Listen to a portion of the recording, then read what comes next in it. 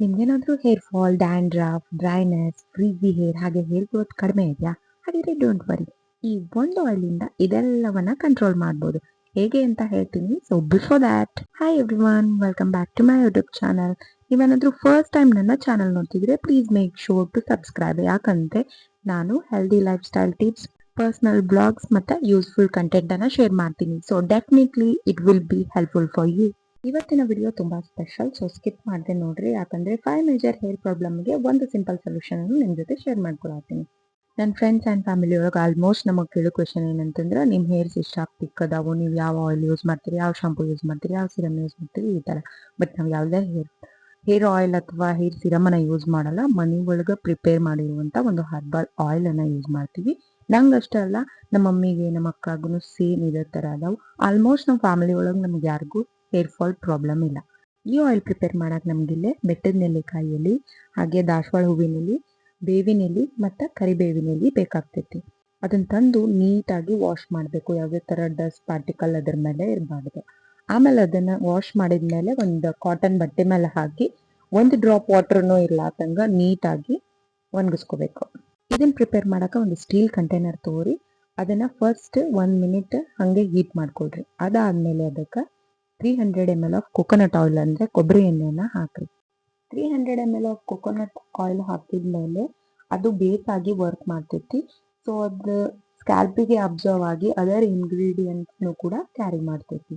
But olive ಆಯಿಲನ್ನು 2 spoon ಅಷ್ಟೇ ತೊಗೋಬೇಕು. ಯಾಕಂದ್ರೆ ಆಲಿವ್ ಆಯಿಲ್ ಸ್ಟ್ರಾಂಗ್ ಮತ್ತು ತಿಕ್ ಇರುತ್ತೆ. ಸೊ ಜಸ್ಟ್ 2 ಸ್ಪೂನ್ ಸಾಕಾಗುತ್ತೆ.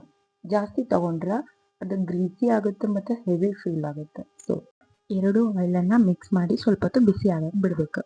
ನ್ಯಾಚುರಲ್ ಆಗಿ ಹೇರ್ ಕೇರ್ ಮಾಡ್ಕೊಳ್ಳೋದಂತ ನಾವು ಇವಾಗ ಮಾರ್ಕೆಟಲ್ಲಿ ಪ್ರತಿಯೊಂದು ಪ್ರಾಬ್ಲಮಿಗೂ separate serum, separate oil, hair gummies, treatment ಅಂತ ದುಡ್ಡು ವೇಸ್ಟ್ ಮಾಡ್ಕೊಳೋದು ಕಾಮನ್ ಆಗಿಬಿಟ್ಟೈತಿ. But instead of that you can switch to this fine one oil. ನಮ್ಮ ದುಡ್ಡು ವೇಸ್ಟ್ ಆಗಲ್ಲ, ನಮ್ಮ ಹೇರ್ಸನ್ನು ಹೆಲ್ದಿಯಾಗಿ ನ್ಯಾಚುರಲ್ ಆಗಿ ಇಟ್ಕೊಳ್ಬೋದು. ಎಣ್ಣೆ ಬಿಸಿ ಆದಮೇಲೆ ನಾವು ತೊಗೊಂಡಿಟ್ಟಿರುವಂಥ ಎಲೆಗಳನ್ನು ತೊಗೋಬೇಕು. ಒಂದೊಂದು ಹಿಡಿಯಷ್ಟು ನಾವು ಅದಕ್ಕೆ ಆ್ಯಡ್ ಮಾಡ್ಕೋಬೇಕು. ಒಂದು ಹನಿನೂ ನೀರು ಇರ್ಲಾರ್ದಂಗೆ ಅದನ್ನು ಒಣಗಿಸ್ಕೋಬೇಕು. ಅಂದ್ರೆ ಬಟ್ಟೆಯಿಂದ ಒರೆಸಾದ್ರೂ ಹಾಕ್ಬೋದು. ಯಾಕಂದ್ರೆ ಒಂದು ಡ್ರಾಪ್ ಆಯಿಲ್ ಇದ್ರೂ ರೆಡಿ ಮಾಡಿಟ್ಟಿರುವ ಆಯಿಲ್ ಹಾಳಾಗ್ತೈತಿ. ಇವೆಲ್ಲವನ್ನ ಹಾಕಿ ಎಣ್ಣೆನ ಕುದಿಯೋಕೆ ಎಷ್ಟೊತ್ತು ಬಿಡ್ಬೇಕಂದ್ರೆ ಜಸ್ಟ್ ಅವೆಲ್ಲ ಲೀಫು ಕ್ರಂಚಿ ಟೈಪ್ ಆಗಬೇಕು, ಹೊತ್ತಬಾರ್ದು.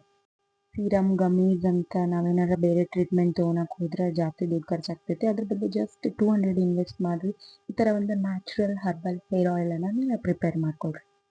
ನೆಕ್ಸ್ಟ್ ಅದನ್ನು ಲೋ ಫ್ಲೇಮ್ನಾಗ ಇಡಬೇಕು. ಲೋ ಫ್ಲೇಮ್ನಾಗ ಇಟ್ಟು 1 ಸ್ಪೂನ್ ಮೆಂತ್ಯ ಕಾಳು ಮತ್ತು 1 ಸ್ಪೂನ್ ಕರಿ ಎಳ್ಳನ್ನು ಹಾಕಬೇಕು. ಇವೆರಡು ಹಾಕಿದ್ಮೇಲೆ ಮಿಕ್ಸ್ ಮಾಡಿ ಕಂಪ್ಲೀಟಾಗಿ ಇದನ್ನು 8 to 9 ಮಿನಿಟ್ಸ್ ಬಾಯ್ಲ್ ಮಾಡಿದರೆ ಸಾಕು. ಆ ಎಲ್ಲ ಲೀಫು ಕ್ರಂಚಿ ಟೈಪ್ ಆಗಬೇಕಷ್ಟೆ, ಅದಕ್ಕಿಂತ ಜಾಸ್ತಿ ಬೇಯಬಾರ್ದು, ಅಂದರೆ ಹೊತ್ತಬಾರ್ದು. ಈ ಎಲೆಗಳ ಬೆನಿಫಿಟ್ ಏನಂತಂದ್ರೆ, ದಾಸವಾಳ ಹೂವಿನ ಎಲೆ ಹಾಕಕ್ಕೆ ರೀಸನ್ ಏನಂತಂದ್ರೆ ಅದು ನಮ್ಮ ಹೇರ್ ಗ್ರೋತ್ ಫಾಸ್ಟಾಗಿ ಬೆಳಿಲಿಕ್ಕೆ ಹೆಲ್ಪ್ ಮಾಡ್ತೈತಿ ಮತ್ತು ತಿಕ್ ಶೈನಿ ಆಗ್ತೈತಿ ದಾಸವಾಳ ಎಲೆಯಿಂದ. ಕರಿಬೇವಿಂದ ಏನು ಹೆಲ್ಪ್ ಅಂದ್ರೆ ನಮ್ಮ ಬಿಳಿ ಕೂದಲು, ಪ್ರೀಮೆಚ್ಯೂರ್ ಬಿಳಿ ಕೂದಲು ಹುಟ್ಕೊಳ್ತಿರ್ತಾವಲ್ಲ, ಅದನ್ನು ಪ್ರಿವೆಂಟ್ ಮಾಡ್ತೈತಿ. ಹೇರ್ ರೂಟ್ಸಿಗೆ ಸ್ಟ್ರೆಂತ್ ಆಗಿ ವರ್ಕ್ ಮಾಡ್ತೈತಿ. ಬೇವಿನ ಎಲೆ ಹಾಕಕ್ಕೆ ರೀಸನ್ ಏನಂದ್ರೆ ಡ್ಯಾಂಡ್ರಫನ್ನು ಕಡಿಮೆ ಮಾಡುತ್ತೆ ಮತ್ತು ಸ್ಕ್ಯಾಲ್ಪಿಗೆ ಆಗುವಂಥ ಇನ್ಫೆಕ್ಷನನ್ನು ತಡೆಗಟ್ಟೈತಿ.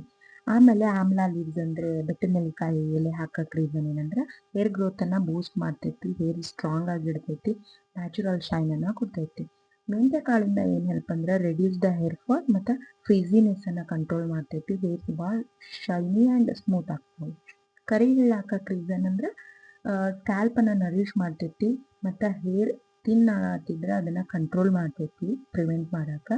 ಮತ್ತು ಬ್ಲಡ್ ಸರ್ಕ್ಯುಲೇಷನ್, ಸ್ಕ್ಯಾಲ್ಪ್ ಬ್ಲಡ್ ಸರ್ಕ್ಯುಲೇಷನ್ಗೆ ಹೆಲ್ಪ್ ಮಾಡ್ತೈತಿ. ಇಷ್ಟು ಬೇಯ್ದ್ಮೇಲೆ ಸಾಕು. ಇವಾಗ ನಾವು ಗ್ಯಾಸನ್ನು ಆಫ್ ಮಾಡಿಬಿಡ್ಬೇಕು.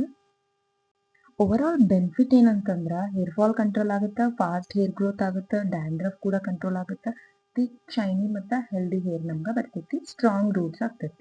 ಅದಕ್ಕೆ ಕೂಲ್ ಆದಮೇಲೆ ಈ ಥರ ಗ್ಲಾಸ್ ಕಂಟೈನರ್ ಒಳಗೆ ಅದನ್ನು ಫಿಲ್ಟರ್ ಮಾಡಿರಿ. ಇದನ್ನು ಅಪ್ ಟು 3 ಮಂತ್ಸ್ವರೆಗೂ ನೀವು ಇಡ್ಬೋದು, ಯಾವುದೇ ಥರ ಸ್ಮೆಲ್ ಆಗೋದಿಲ್ಲ. ಆಮೇಲೆ ಇದು ಲೋ ಬಜೆಟ್ ಒಳಗೆ ಆರಾಮ್ಸೆ ನ್ಯಾಚುರಲ್ ಆಗಿ ಒಂದು ಆಯಿಲನ್ನು ನಾವು ರೆಡಿ ಮಾಡ್ಕೋಬೋದು. ಅಪ್ ಟು 3 ಮಂತ್ಸ್ ನೀವು ಯೂಸ್ ಮಾಡಿದ್ಮೇಲೆ ನಿಮಗೆ ಡೆಫಿನೆಟ್ಲಿ ರಿಸಲ್ಟ್ ಗೊತ್ತಾಗುತ್ತೆ. ಹಾನೆಸ್ಟ್ಲಿ ಹೇಳ್ಬೇಕಂದ್ರೆ ಈ ಒಂದು ಆಯಿಲನ್ನು ನಾವು ಸಣ್ಣವರಿದ್ದಾಗಿಂದನೂ ಯೂಸ್ ಮಾಡತ್ತೀವಿ.